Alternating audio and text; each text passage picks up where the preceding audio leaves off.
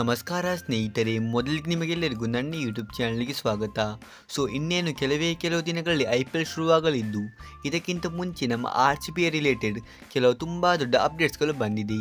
Friends, ಇವತ್ತಿನ ಈ ವಿಡಿಯೋದಲ್ಲಿ ನಾವು RCBಯ ಬಗ್ಗೆ ಬರುತ್ತಿರುವ ಕೆಲವು ಲೇಟೆಸ್ಟ್ ಅಪ್ಡೇಟ್ಸ್ಗಳ ಬಗ್ಗೆ ಮಾತಾಡಲಿಕ್ಕೆ ಇದ್ದೇವೆ. ಆದರೆ ಈ ವಿಡಿಯೋವನ್ನು ಶುರು ಮಾಡೋದಕ್ಕಿಂತ ಮುಂಚೆ ನೀವೇನಾದರೂ ನನ್ನ ಯೂಟ್ಯೂಬ್ ಚಾನಲ್ಗೆ ಹೊಸಬರಾಗಿದ್ದರೆ ನೀವು ಬೇಗನೆ ಚಾನಲ್ ಸಬ್ಸ್ಕ್ರೈಬ್ ಮಾಡಿಕೊಂಡು ವಿಡಿಯೋವನ್ನು ಕೂಡ ಲೈಕ್ ಮಾಡಿಕೊಳ್ಳಿ. ಹಾಗಾದರೆ ಫ್ರೆಂಡ್ಸ್, ನಾವು ಇನ್ನೂ ತರ ಮಾಡದೆ ಬೇಗನೆ ಈ ವಿಡಿಯೋವನ್ನು ಶುರು ಮಾಡೋಣ.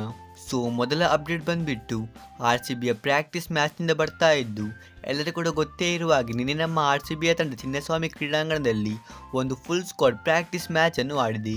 ಮತ್ತು ನಾವು ಈ ಪ್ರಾಕ್ಟೀಸ್ ಮ್ಯಾಚ್ನ ಪರ್ಫಾರ್ಮೆನ್ಸ್ ಬಗ್ಗೆ ಮಾತಾಡೋದಾದರೆ, ಈ ಒಂದು ಪ್ರಾಕ್ಟೀಸ್ ಮ್ಯಾಚಲ್ಲಿ ವೆಂಕಟೇಶ್ ಅಯ್ಯರ್ ಮತ್ತು ಜಿತೇಶ್ ಶರ್ಮಾರ್ ಅವರು ತುಂಬಾನೇ ಒಂದು ಉತ್ತಮವಾದಂಥ ಬ್ಯಾಟಿಂಗನ್ನು ಆಡಿದ್ದಾರೆ ಅಂತ ರಿಪೋರ್ಟ್ಸ್ ಬಂದಿದೆ. ಹೌದು, ಈ ಒಂದು ಪಂದ್ಯದಲ್ಲಿ ವಿರಾಟ್ ಕೊಹ್ಲಿ ಅವರ ಜೊತೆಗೆ ವೆಂಕಟೇಶ್ ಅಯ್ಯರ್ ಅವರು ಓಪನಿಂಗ್ಗೆ ಬಂದಿದ್ದು ಇವರು 46 ರನ್ಸ್ ಅನ್ನು ಬಾರಿಸಿದರು. ಇನ್ನೊಂದು ಕಡೆ ಜಿತೇಶ್ ಶರ್ಮಾ ಮತ್ತು ದೇವದತ್ ಪಡಿಕ್ಕಲ್ ಅವರು ಕೂಡ ಪ್ರಾಕ್ಟೀಸ್ ಮ್ಯಾಚಲ್ಲಿ ಉತ್ತಮವಾದ ಟಚ್ಚಲ್ಲಿ ಕಾಣಿಸಿದ್ದು, ಇದು ನಮ್ಮ RCBಗೆ ಗುಡ್ ನ್ಯೂಸ್ ಅಂತ ಹೇಳಬಹುದು. ಆದರೆ ಈ ಒಂದು ಪ್ರಾಕ್ಟೀಸಲ್ಲಿ ನಮ್ಮ ವಿರಾಟ್ ಕೊಹ್ಲಿ ಅವರು ಕೇವಲ 10 ರನ್ನನ್ನು ಬಾರಿಸಿ ಔಟ್ ಆಗಿದ್ದಾರೆ. ಅಂದರೆ ಇವರಲ್ಲಿ 1 6 ಮತ್ತು 1 4 ಅನ್ನು ಹೊಡೆದಿದ್ದು, ಕೇವಲ 5 ಬಾಲನ್ನು ಆಡಿ ತನ್ನ ವಿಕೆಟನ್ನು ಒಪ್ಪಿಸಿದ್ದಾರೆ.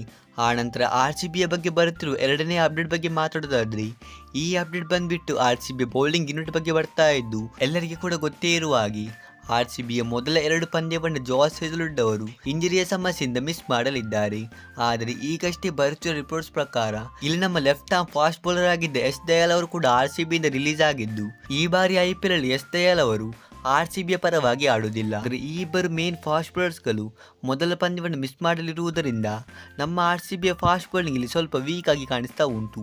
ಹಾಗಾದ್ರೆ ನಾವು SRH ಮುಂದಿನ ಮೊದಲ ಪಂದ್ಯಕ್ಕೆ RCBಯ ಹೊಸ ಫಾಸ್ಟ್ ಬೌಲಿಂಗ್ ಯೂನಿಟ್ ಅನ್ನು ನೋಡೋದಾದರೆ, ನಮಗೆ ಈ ಪಂದ್ಯಕ್ಕೆ ಭುವನೇಶ್ವರ್ ಕುಮಾರ್, ಜಾಕೋಬ್ ಡುಫಿ ಮತ್ತು ರಾಶಿಕ್ ಸಲಾಮ್ ದಾರ್ ಅವರು ಆಸ್ ಅ ಫಾಸ್ಟ್ ಬೌಲರ್ಸ್ ಆಗಿ ನೋಡಲಿಕ್ಕೆ ಸಿಗುತ್ತಾರೆ. ಅಥವಾ ಇಲ್ಲಿ RCB ಬೇಕಾದಲ್ಲಿ ರಾಶಿಕ್ ಸಲಾಮ್ ದಾರ್ ಅವರ ಬದಲಿಗೆ ಮಂಗೇಶ್ ಯಾದವ್ ಅವರನ್ನು ಕೂಡ ಟ್ರೈ ಮಾಡಬಹುದು. ಯಾಕೆಂದರೆ ಇವರೊಬ್ಬ ಆಲ್ರೌಂಡರ್ ಕೂಡ ಆಗಿದ್ದು, ಇವರು ಫಾಸ್ಟ್ ಬೌಲಿಂಗ್ ಜೊತೆಗೆ ಉತ್ತಮವಾದ ಬ್ಯಾಟಿಂಗ್ ಅನ್ನು ಕೂಡ ಆಡುತ್ತಾರೆ. ನಿಮಗೇನಿಸುತ್ತೆ, ಈ 2 ಆಪ್ಷನ್ಗಳಲ್ಲಿ RCB ಯಾವ ಒಂದು ಆಪ್ಷನ್ ಅನ್ನು ಚೂಸ್ ಮಾಡಬಹುದಂತ ನನಗೆ ಇಲ್ಲಿ ಕಮೆಂಟ್ ಬಾಕ್ಸಲ್ಲಿ ತಿಳಿಸಿ. ಆನಂತರ RCBಯ ಬಗ್ಗೆ ಬರುತ್ತಿರೋ ಮೂರನೇ ಅಪ್ಡೇಟ್ ಬಂದ್ಬಿಟ್ಟು RCBಯ ಓಪನರ್ಸ್ಗಳ ಬಗ್ಗೆ ಬರ್ತಾ ಉಂಟು.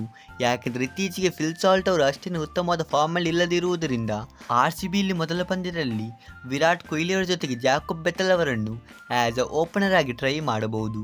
ಯಾಕೆಂದರೆ ಜಾಕೋಬ್ ಬೆಥೆಲ್ ಅವರು ಈಗಾಗಲೇ RCBಯ ಪ್ರಾಕ್ಟೀಸ್ ಕ್ಯಾಂಪನ್ನು ಕೂಡ ಜಾಯಿನ್ ಮಾಡಿದ್ದು, ಇವರ ಇತ್ತೀಚಿನ ಫಾರ್ಮ್ ಕೂಡ ತುಂಬಾನೇ ಒಂದು ಎಕ್ಸ್ಟ್ರಾರ್ಡಿನರಿ ಆಗಿ ಕಾಣಿಸ್ತಾ ಉಂಟು. ನಿಮಗೇನಿಸುತ್ತೆ, ಜಾಕೋಬ್ ಬೆಥೆಲ್ ಅವರು SRH ಮುಂದಿನ ಪಂದ್ಯದಲ್ಲಿ ವಿರಾಟ್ ಕೊಹ್ಲಿ ಅವರ ಜೊತೆಗೆ ಓಪನಿಂಗ್ ಅನ್ನು ಮಾಡಬಹುದಾ?